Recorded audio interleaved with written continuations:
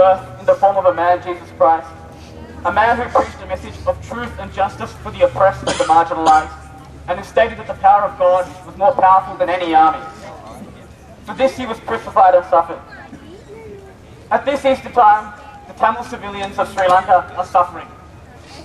3,500 have been killed in the last 12 weeks. These civilians are not collateral damage. They are not statistical casualties of war. They are the children of God. Every casualty represents a life, a mother, a father, a child, brother, sister, or friend. This war, which is supposedly against the LTTE, is turning into a slaughter of civilians. Hospitals are being bombed. Victims are being killed while they wait for scarce rations of food. Civilians are forced to undergo amputations without anesthetic.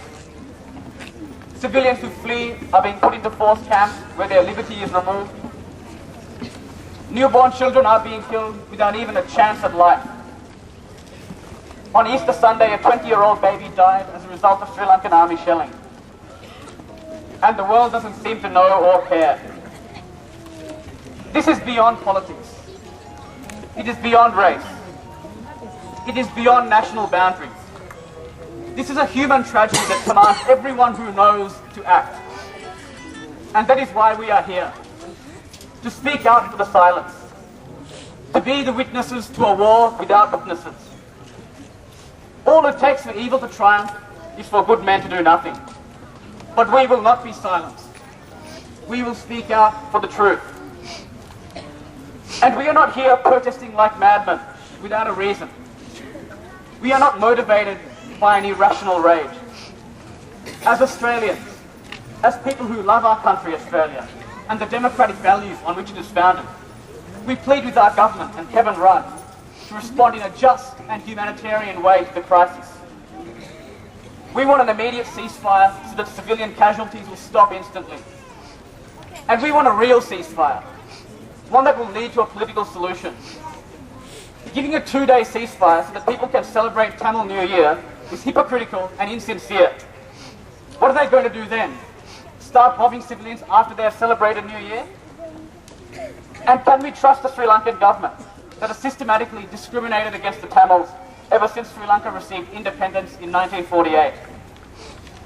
A real ceasefire would recognise that this conflict will not be solved by guns and shells, but by a political framework that recognises that all citizens deserve equality, liberty and respect.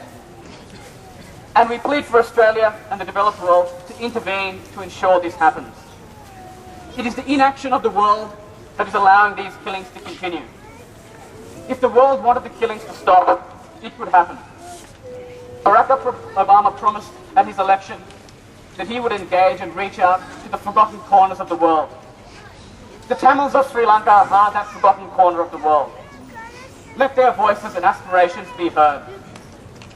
We want food and medicine to be allowed into the conflict zones. Tamil children are dying from malnutrition, from starvation, and from preventable injuries due to no medicine. We want independent media to be allowed into the conflict zones to report on what is happening. Sri Lanka is ranked 4th last amongst world nations for journalist safety, after Iraq, Sierra Leone and Somalia. If the Sri Lankan government has nothing to hide, then it should have nothing to fear.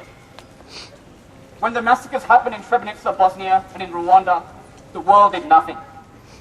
The world must demand to know what is happening in Sri Lanka so it can stop the slaughter, unlike the shameful inactions of the past.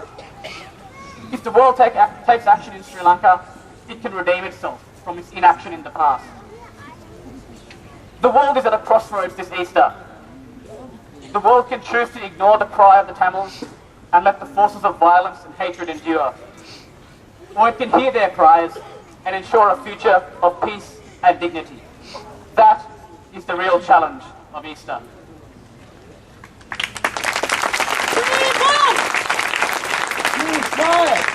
We want ceasefire!